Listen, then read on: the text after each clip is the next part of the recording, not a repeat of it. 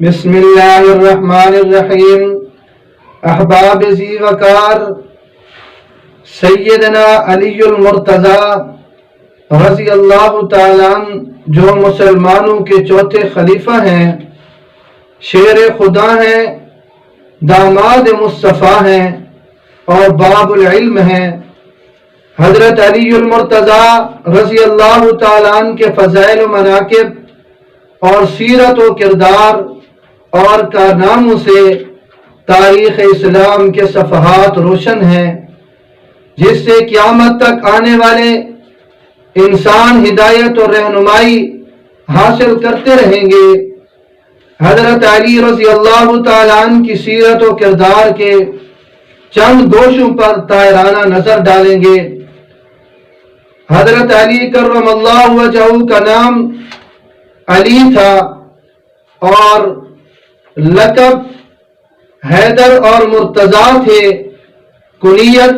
ابو الحسن اور ابو تراب تھی۔ سیدنا علی المرتضیٰ رضی اللہ تعالیٰ عنہ کا نسب حضور صلی اللہ علیہ وسلم کے بہت ہی قریب ہے، اس لیے کہ سیدنا علی المرتضیٰ رضی اللہ تعالیٰ عنہ کے والد ابو طالب اور حضور صلی اللہ علیہ وسلم کے والد ماجد حضرت عبداللہ دونوں بھائی ہیں، اور سیدنا علی المرتضیٰ رضی اللہ تعالیٰ عنہ کی والدہ کا نام فاطمہ بنت اسد تھا۔ ماں باپ دونوں طرف سے سیدنا علی المرتضیٰ رضی اللہ تعالیٰ عنہ ہاشمی ہیں۔ ایک روایت کے مطابق حضرت علی المرتضیٰ رضی اللہ تعالیٰ عنہ کی پیدائش اور ولادت اندرون خانہ کعبہ میں 6 صدی عیسوی میں ہوئی۔ بچپن ہی میں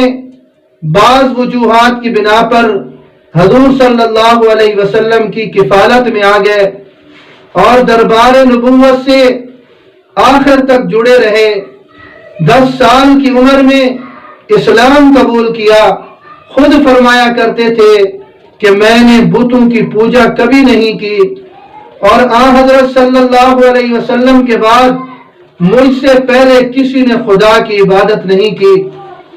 اور چند خصوصیات سیدنا علی المرتضیٰ رضی اللہ تعالیٰ عنہ کی سیرت و کردار کے حوالے سے رکھنا چاہوں گا کہ ہاشمی سرداروں کی تمام خصوصیات سیدنا علی المرتضیٰ رضی اللہ تعالیٰ عنہ کی ذات میں موجود تھیں اور چہرے سے عیاں تھیں۔ عبادت اور ریاضت کے آثار بھی چہرے پر موجود تھے۔ چہرے پر مسکراہٹ اور پیشانی پر سجدے کے نشان، معمولی لباس زیب تن فرماتے تھے، اور سیدنا علی المرتضیٰ رضی اللہ تعالیٰ عنہ کا آبا اور امامہ بھی انتہائی سادہ تھے۔ گفتگو علم و حکمت سے اور دانائی سے بھرپور ہوتی تھی۔ بچپن سے نہ صرف حضور صلی اللہ علیہ وسلم کے ساتھ تھے، بلکہ آپ صلی اللہ علیہ وسلم کی آغوش محبت میں پرورش پائی، اور آپ صلی اللہ علیہ وسلم کی دامادی کا شرف بھی حاصل ہوا۔ حضور صلی اللہ علیہ وسلم کی لاڈلی اور چھوٹی بیٹی سیدہ طیبہ طاہرہ فاطمہ الزہرا رضی اللہ تعالیٰ عنہ کے ساتھ نکاح ہوا، اور ان سے اولاد بھی ہوئی، جن سے سادات کی نسل پروان چڑھی۔ صحابہ کرام رضوان اللہ تعالیٰ علیہ مجمعین میں جو لوگ اعلیٰ درجے کے فصیح اور بلیغ تھے اور اعلیٰ درجے کے خطیب تھے اور شجاعت و بہادری میں سب سے بڑھ کر تھے، سیدنا علی المرتضیٰ رضی اللہ تعالیٰ عنہ ان سب سے فائق تھے، اور ان سب میں سیدنا علی المرتضیٰ رضی اللہ تعالیٰ عنہ کا مقام اور مرتبہ بہت نمایاں تھا۔ سامعین مکرم، حضرت علی رضی اللہ تعالیٰ عنہ میدان جنگ میں تلوار کے دھنی اور مسجد میں زاہد اور شب بیدار تھے۔ مفتی اور قاضی علم اور عرفان کے سمندر تھے۔ عزم اور حوصلہ میں ضرب المثل تھے، خطابت میں، ذہانت میں بے مثل تھے۔ حضور صلی اللہ علیہ وسلم کے چچا زاد بھائی اور داماد تھے، بے شمار فضائل کے حامل تھے،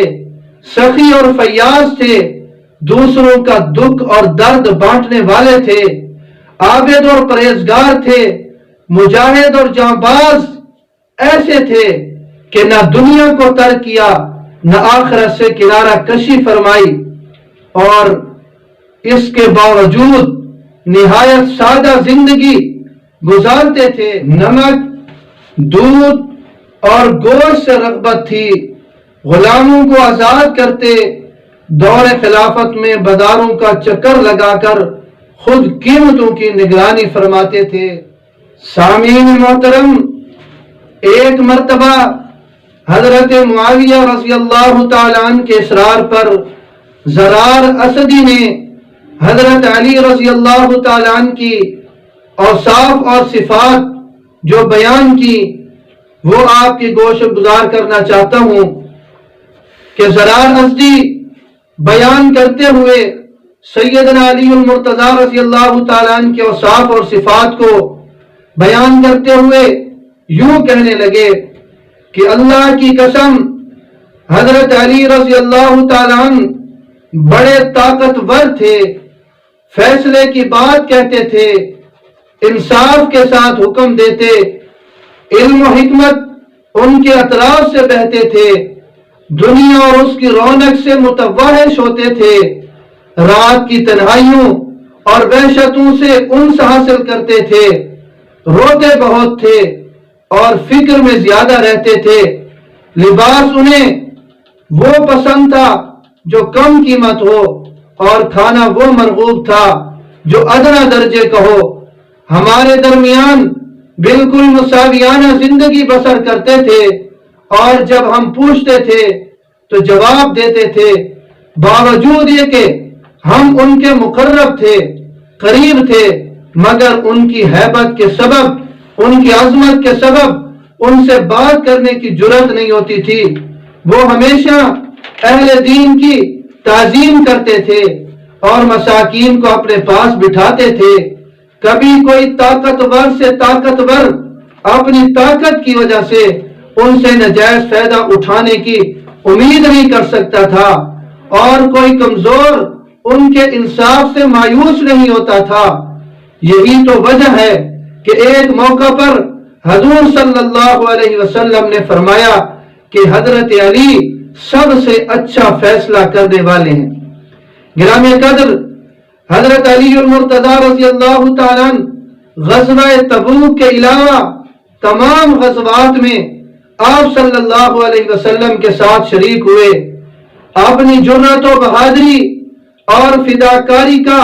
لوہا منوایا، بدر و احد میں، خندق و حنین میں اور خیبر میں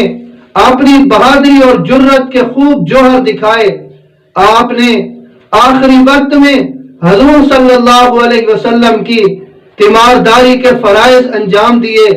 اور دیگر صحابہ کرام رضوان اللہ تعالی علیہ مجمعین کے ہمراہ آپ صلی اللہ علیہ وسلم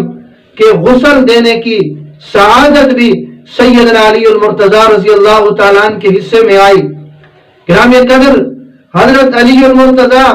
رضی اللہ تعالیٰ عنہ السابقون الاولون، السابقون الاولون صحابہ میں شمار ہیں جن کے متعلق اللہ رب العزت نے فرمایا کہ میں ان سے راضی ہوں، اور سیدنا علی المرتضیٰ رضی اللہ تعالیٰ عنہ بیعت رضوان میں بھی شامل ہیں، اصحاب الشجرہ میں شامل ہیں، جن کی رضا کا اعلان، جن سے راضی ہونے کا اعلان اللہ رب العزت نے اپنے قرآن میں فرمایا، اور اصحاب بدر میں بھی شامل ہیں کہ جن کے متعلق ہمارے پاک پیغمبر صلی اللہ علیہ وسلم نے فرمایا کہ اللہ رب العزت نے بدر والوں کی خطائیں معاف کر دی ہیں، اور سیدنا علی المرتضیٰ رضی اللہ تعالیٰ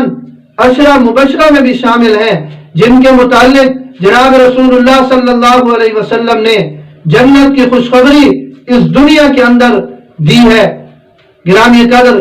سیدنا عثمان رضی اللہ تعالیٰ عنہ کی شہادت کے بعد حضرت علی المرتضیٰ رضی اللہ تعالیٰ عنہ 3 ماہ کم 5 سال تک خلافت پر متمکن رہنے کے بعد عبد الرحمن ابن ملجم خارجی لانتی کے ہاتھوں زخمی ہونے کے بعد 21 رمضان المبارک کو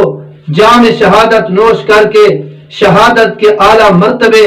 اور درجے پر فائز ہوئے۔ آخر میں اتنا کہوں گا کہ ہم تو حیدر کو شیر خدا کہتے ہیں، ہم تو حیدر کو شیر خدا کہتے ہیں، فاتح خیبر علی مرتضیٰ کہتے ہیں۔ ہے حقیقت میں توہین رب پاک کی، ہے حقیقت میں توہین رب پاک کی، جو علی کو بھی مشکل کشا کہتے ہیں۔ اللہ رب العزت ہمیں سمجھنے کی توفیق نصیب فرمائے، سیدنا علی المرتضیٰ رضی اللہ تعالیٰ عنہ کی سیرت و کردار سے سیکھنے کی توفیق نصیب فرمائے۔